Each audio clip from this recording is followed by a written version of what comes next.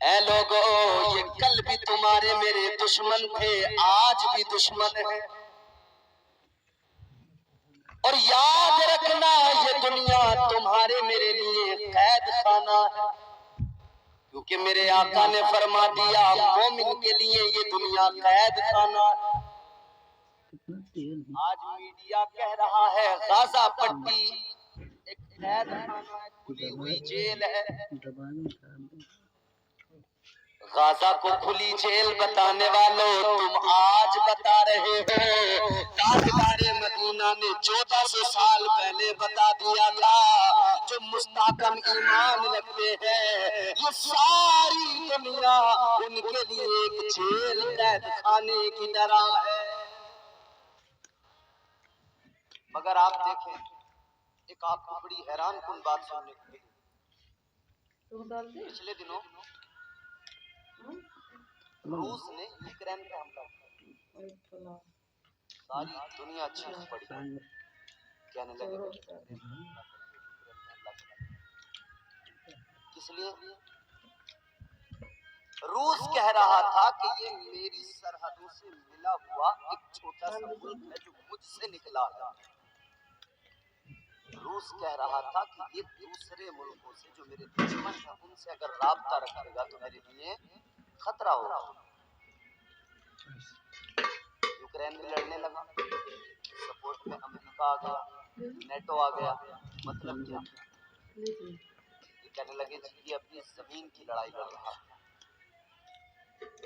جب رشیا نے یوکرین پہ حملہ کیا ساری دنیا نے کہا یوکرین مظلوم ہے، اپنی زمین کی لڑائی لڑ رہا ہے، مگر دنیا کتنی بے غیرت ہے، جب رشیا کے مقابلے یوکرین اپنی زمین کی لڑائی لڑے تو دنیا بے غیرت ہو کے کہتی ہے یہ بالکل درست ہے، حق پر ہے، اپنی زمین کی لڑائی لڑ رہا ہے۔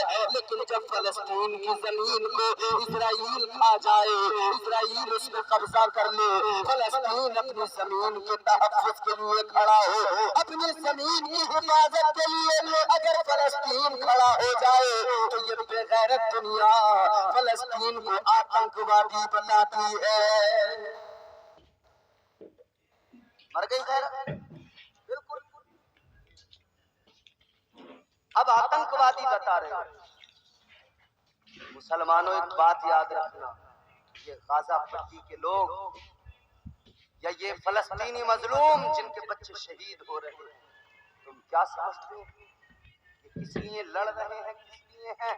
اس اتنی بڑی طاقت جو دنیا کی تیسری سب سے بڑی فوجی طاقت کہی جاتی ہے اسرائیل، اس کے مقابلے میں کیوں کھڑے ہیں یہ؟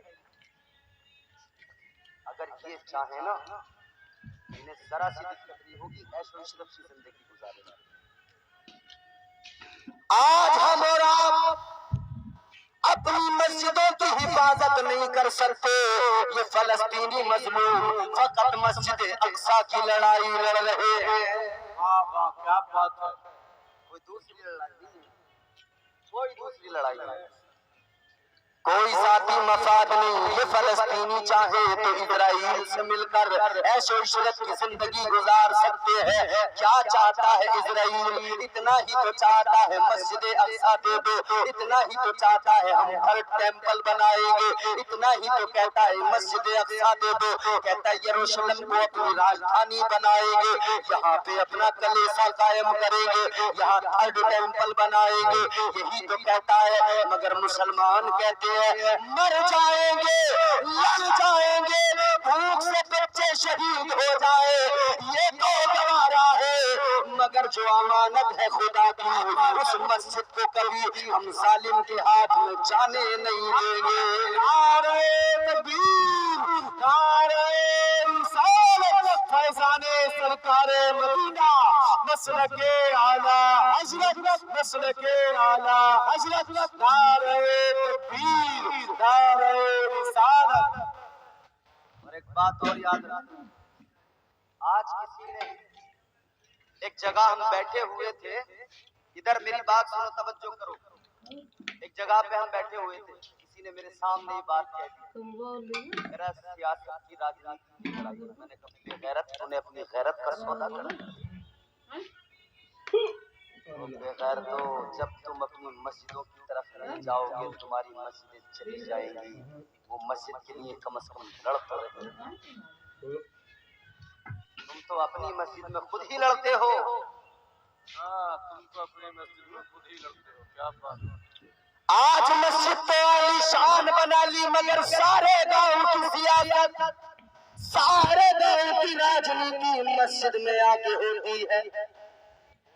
تمہارے گاؤں کی کہہ رہا، ہر گاؤں کی کہہ رہا ہوں، مجھے نہیں پتا تمہارے یہاں کیا ہے، مجھے نہیں پتا۔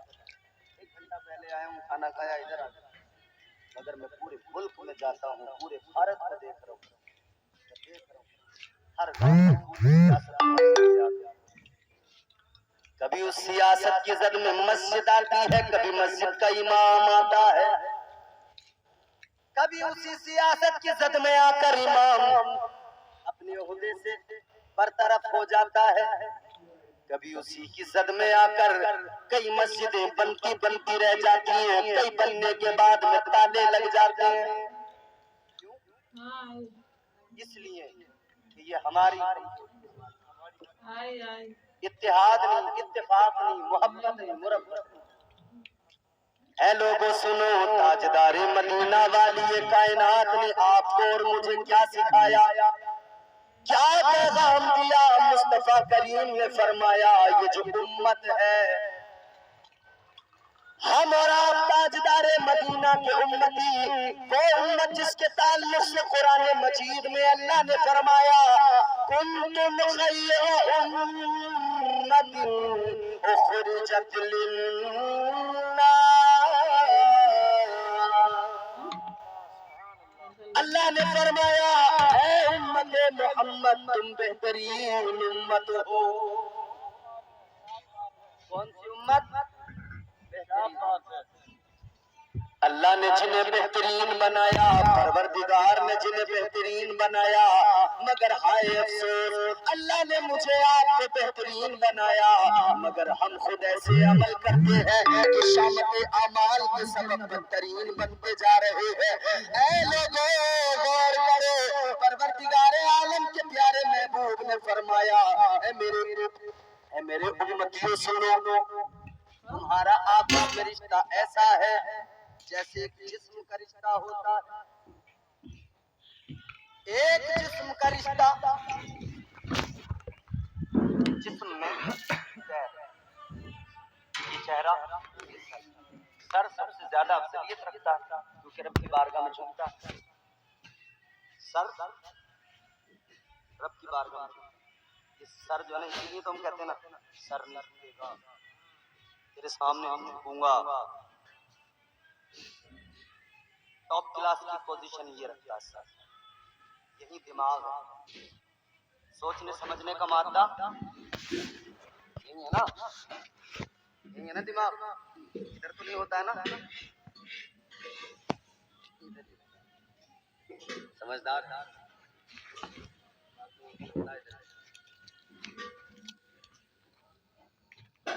ہوتا تو ادھر ہی ہے، مگر وہ ادھر سے کام نہیں لیتے، ادھر سے کام لیتے۔ دماغ کیا ہے؟ سمجھنے کی صلاحیت، اچھے برے میں فرق کرنا، تمیز کرنا، اللہ نے تمہیں سلیم العقل بنا دیا، عقل سے نواز دیا، دماغ عطا کر دیا، تو بتاتا ہے یہ اچھا ہے یہ برا ہے، دماغی تو کہتا ہے کہ یہاں سے فائدہ زیادہ ہوگا، یہ والا کام کرنے۔ اچھا دماغ جو ہے نا، حضرت شیخ سعدی علیہ رحمہ فرماتے ہیں، حضرت شیخ سعدی شیرازی علیہ رحمہ نے فرمایا یہ دماغ جو ہے اس کی مثال بھیڑ کی طرح، اور یہ نفس جو ہے اس کی مثال بھیڑیے کی طرح، اور انسان کا جو وجود ہے اس کی مثال ہے ایک چرواہے کی طرح۔ آپ اور ہم ایک چرواہے کی حیثیت رکھتے ہیں، نفس بھیڑیا ہے اور یہ دماغ بھیڑ ہے۔ اگر چرواہے کی لاپرواہی ہوئی تو یہ نام کا بھیڑیا عقل نام کی بھیڑ کو کھا جائے گا.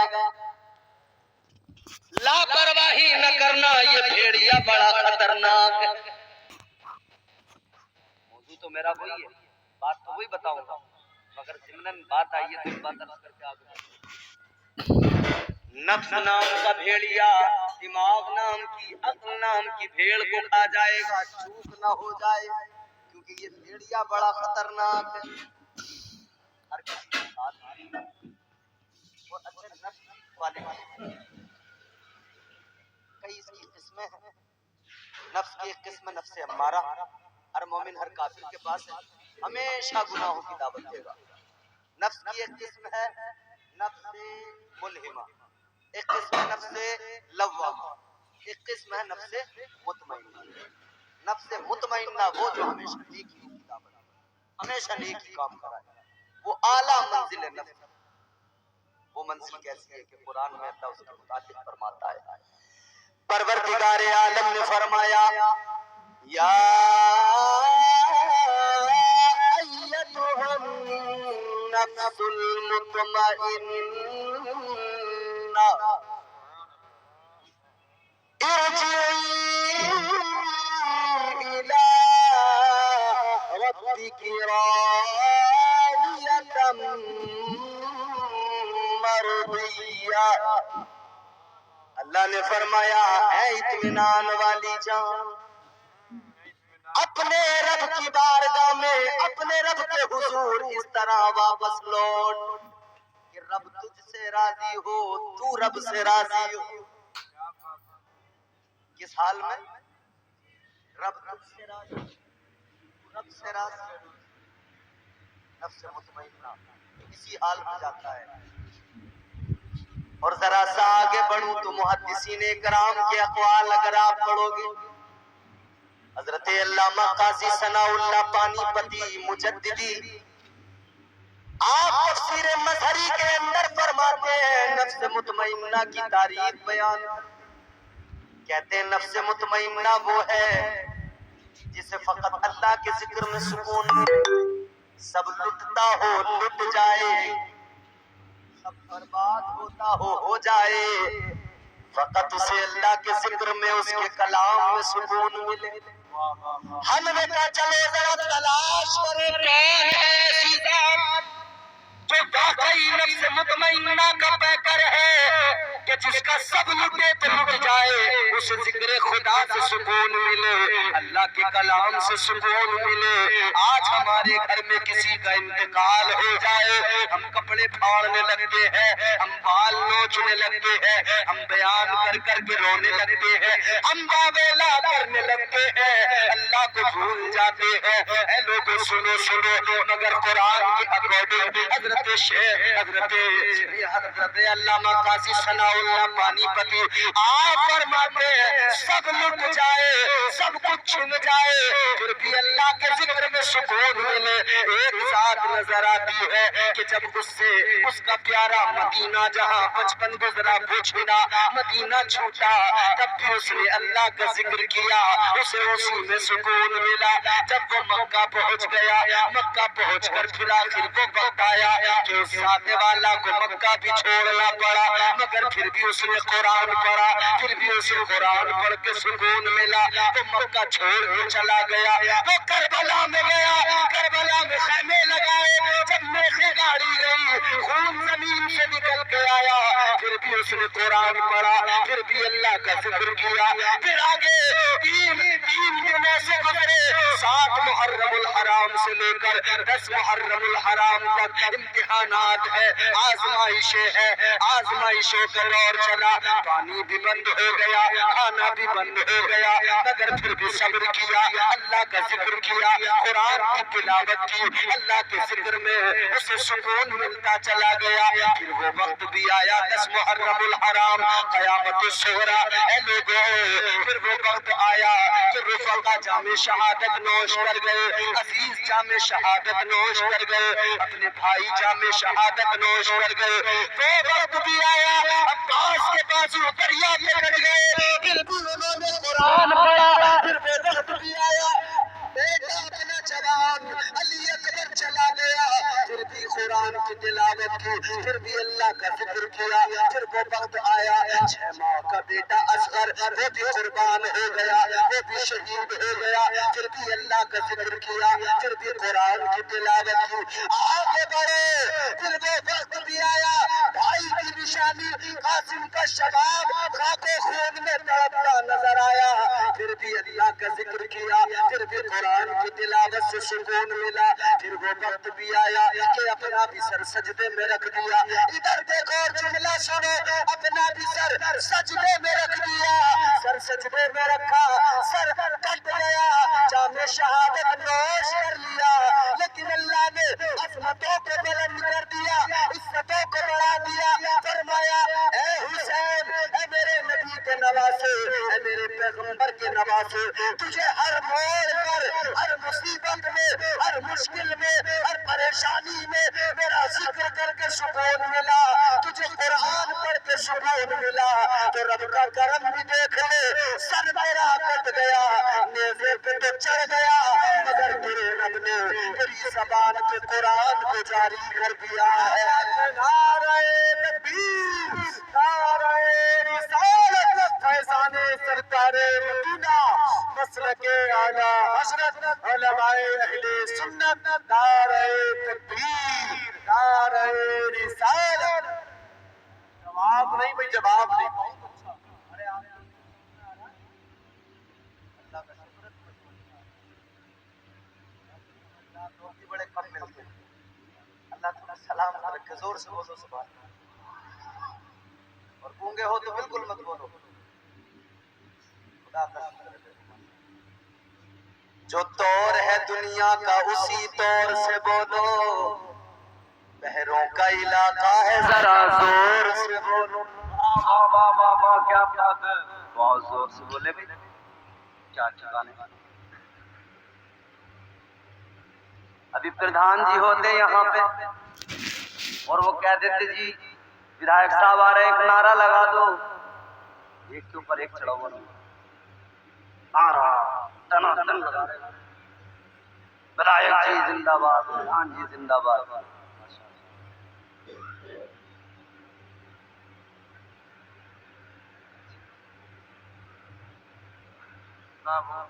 اللہ آپ کو سلامت رکھے.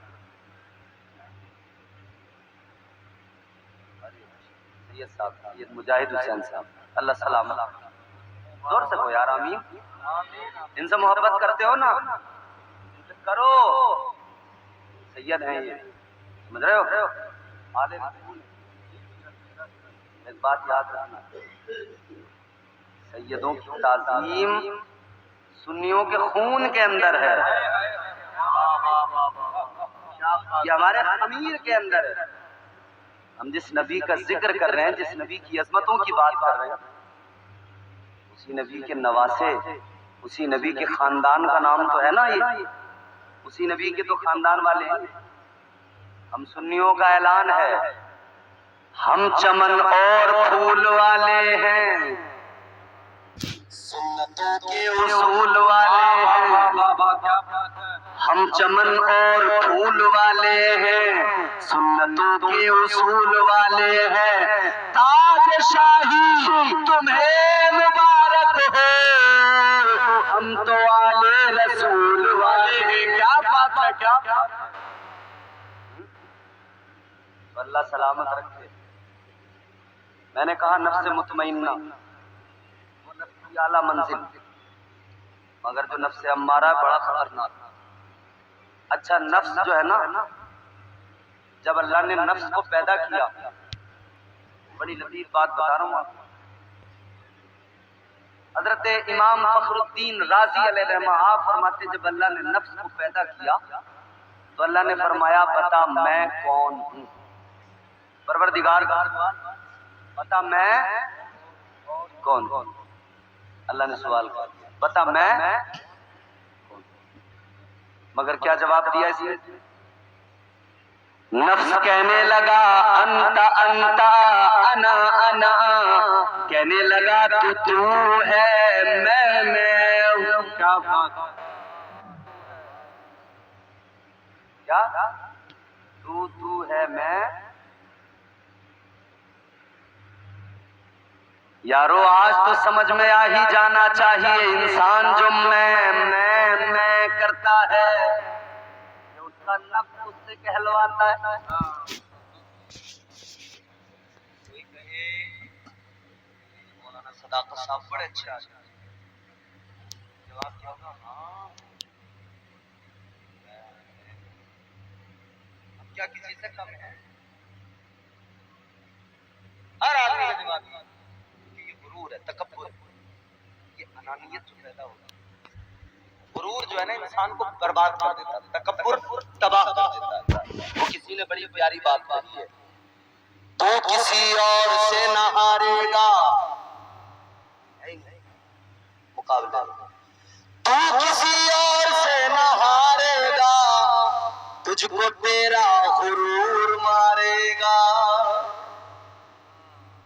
اخلاق کی دولت سے کبھی دور نہ ہونا، اخلاق کی دولت سے کبھی دور نہ ہونا، کونین بھی مل جائے تو مغرور نہ ہونا. کیا بات ہے، کونین بھی مل جائے تو مغرور نہ ہو. اکڑنا نہیں، اکڑنے کے چکر میں تو وہ برباد ہو گیا جس نے بڑے سجدے کیے. اللہ نے لعنت کر دو گلے میں ڈالا، شیطان بنایا پر میں نکل. قال فاخرج منها فإنك رجيم وإن عليك اللعنة إلى يوم الدين. نہیں دیکھے سجدے، نہیں دیکھی بندگی، میں حکم نہیں مانا، پیغمبر کی توہین کی، دفع ہو جا. سجدہ نہیں کیا نکل جا، مردود بنا دیا. فرمایا قیامت تک کے لیے جلا دیا. مگر سنو میرے عزیزوں، غرور پر بات، تکبر پر، یہ انا انسان کا نفس کہتا ہے تو کوئی کم ہے کسی سے. تو آدمی لاکھ جھوٹا ہو نہ مجھ سے بڑا سچا کوئی نہیں، ایک نمبر کا چور ہو کہتے ہیں مجھ سے بڑا امین کوئی نہیں، امانت سلامت رکھنے والا. اللہ تعالیٰ نے جب اس کا جواب سنا پروردگار ناراض ہو گیا. اللہ نے فرمایا فرشتوں اسے لے کے جاؤ دوزخ میں ڈال. کتنا وقت دوزخ میں رکھا گیا؟ صوفیہ فرماتے ہیں سال 2 سال نہیں، پورے 300 سال. 300 سال تک دوزخ میں رکھا گیا، عذاب دیا گیا، پھر نکالا گیا. پھر اللہ کی بارگاہ میں فرشتوں نے پیش کیا. اللہ نے پھر وہی سوال کیا. پروردگار نے فرمایا بتا میں کون ہوں؟ کہنے لگا انت انت انا انا، کہنے لگا تو ہے میں ہوں. 300 سال کا عذاب، جواب نہیں بدلا صاحب. نفس کو کیا سمجھتے ہو تم؟ آدمی ویسی آ کے مسجد میں شور کرتا ہے.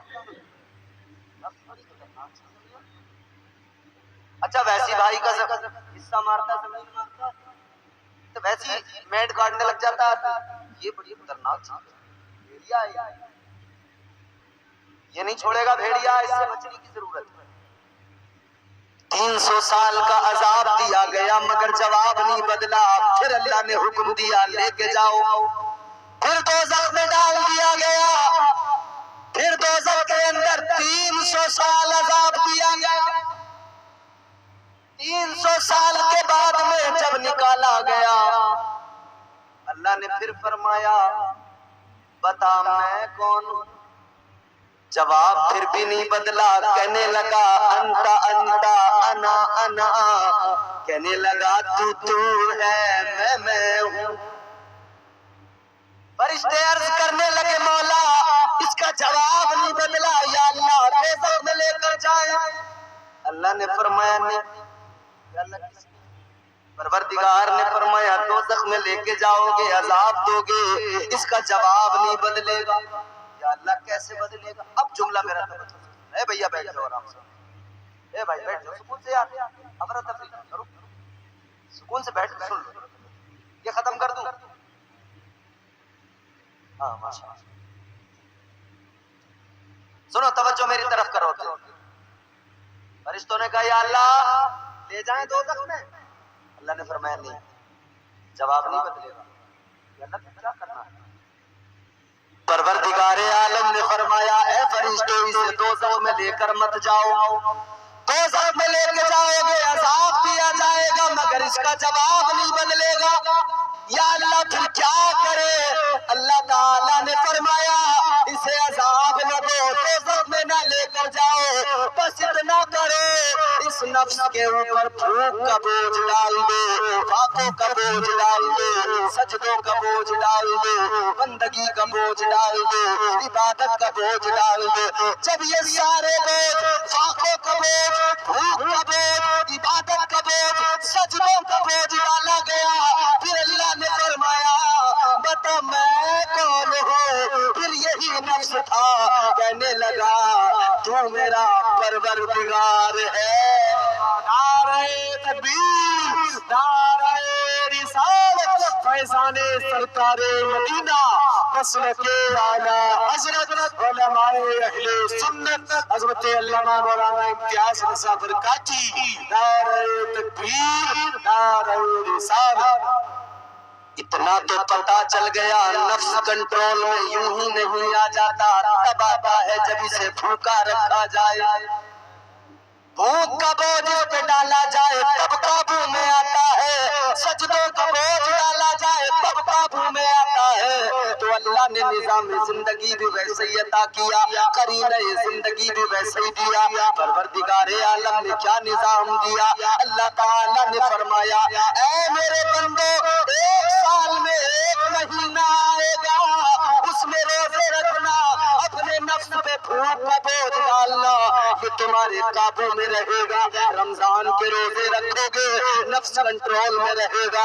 فرمایا دن میں 5 نمازیں فرض کی گئی ہے، نمازیں پڑھو گے نفس قابو میں آئے گا، نمازیں پڑھو گے نفس کنٹرول میں آئے گا. تو اللہ نے قرینہ زندگی دیا.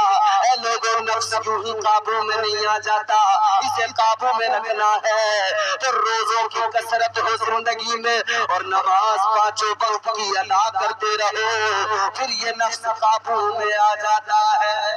واہ واہ واہ واہ واہ، کیا بات ہے. ورنہ تو بڑی خطرناک چیز ہے، بھیڑی آدمی تو عقل نام کی بھیڑ کو کھا جاتا ہے. تو یہ سر ہے باڈی کے اندر ٹاپ پوزیشن، یہی دماغ ہے، اسی سے ہم سوچتے ہیں اچھا برا ہر طرح کا. مگر جب نماز کے لیے جاتے ہیں مسجد میں، نماز کے علماء بیٹھے ہیں، ہمارے بزرگ ہیں، یہ بتائیں گے آپ بتائیے. جب ہم نماز کے لیے جاتے ہیں تو نماز کے اندر جو ارکان ہیں ان ارکان میں سب سے اہم، سب سے زیادہ ٹاپ کلاس کی جو پوزیشن ہے وہ سجدہ. سجدہ سب سے ٹاپ پوزیشن، 1 نمبر کی پوزیشن سجدہ. کیوں ہے؟ اس لیے ہے کہ بندہ سجدے میں سر رکھتا ہے، سجدے میں فقط اس کا سر نہیں جاتا بلکہ اس کا غرور بھی جاتا ہے، تکبر بھی جاتا ہے، گھمنڈ بھی جاتا ہے. سجدے میں سر گیا تو اسی سر کے اندر دماغ ہے، اسی میں عقل ہے. مگر بندہ سجدے میں سر رکھ کے گویا اپنے رب سے کہتا ہے اے میرے مولا جب بات تیری عظمت کی آئے گی تو عقل بھی تیری بارگاہ میں جھک جائے گی، پھر عقل سے فیصلے نہیں لیے جائیں گے، پھر عقل سے سوچا نہیں جائے گا. یا اللہ یہ سر جھکے گا، عقل جھکے گی، یعنی یہ ٹوٹل سرنڈر کر دے گا بندہ. مولا اب دماغ میرا ہے، مجھے اس پہ بڑا ناز تو نے دیا، اس سے اچھا برا سوچتا ہوں مگر تیری بارگاہ میں آ کر سوچنے سمجھنے کی صلاحیت کی تیری بارگاہ میں جھکا دوں اور تیری بارگاہ میں سر جھکا کے اے پروردگار اب میں عاجزی کا اظہار کر رہا ہوں، عاجزی کا مظاہرہ کر رہا ہوں. اے لوگوں سجدہ تو یہ ہے کہ انسان کو عاجز بنا دے، مگر آج کل کے ساجد اللہ رحم کرے مسجد میں آ کر یہ جو ہے سب سے زیادہ فسادی بن جاتے ہیں. اتنا چلانا مسجدوں کی لڑائیاں ختم نہیں ہوتی. ہمارے یہاں ایک مسجد کی لڑائی ہے، حالانکہ وہ مفاد کی لڑائی ہے اپنی اپنی، مگر لوگ کہنے لگے مسجد کی ہے۔ ہاں اس میں مسجد کی ہے اور کہنے کا مطلب یہ ہے کہ فقط مسجد کی لڑائی نہیں ہے، اپنی مفاد کی لڑائیاں ہیں مسجد کے، اپنے مفاد کی لڑائیاں لوگ لڑ رہے ہیں۔ اور بھائی خدا کے لیے اتنا تو کرو، کم سے کم اللہ کے گھر میں آ کے تو کم سے کم خدا کا خوف کھاؤ، سر بھی جھکا رہے ہو، مفاد بھی اپنی، اللہ کے گھر میں بھی اپنی سیاست، اللہ کے گھر میں بھی اپنی کوئی، کئی گاؤں میں نے دیکھا، حیران ہو جاؤ گے، سنا بھی ہے دیکھا بھی ہے کہ مسجدوں کے اندر وہ حالت ہو گئی، لوگ لڑ رہے ہیں، شور کر رہے ہیں، چلا رہے ہیں، ایک دوسرے کو گالیاں دے رہے ہیں۔ اللہ رہے اے ہندوستانی مسلمانوں، اقبال نے کہا تھا نہ سمجھو گے تو مٹ جاؤ گے ہندی مسلمانوں، تمہاری داستان تک بھی نہ ہوگی داستانوں میں۔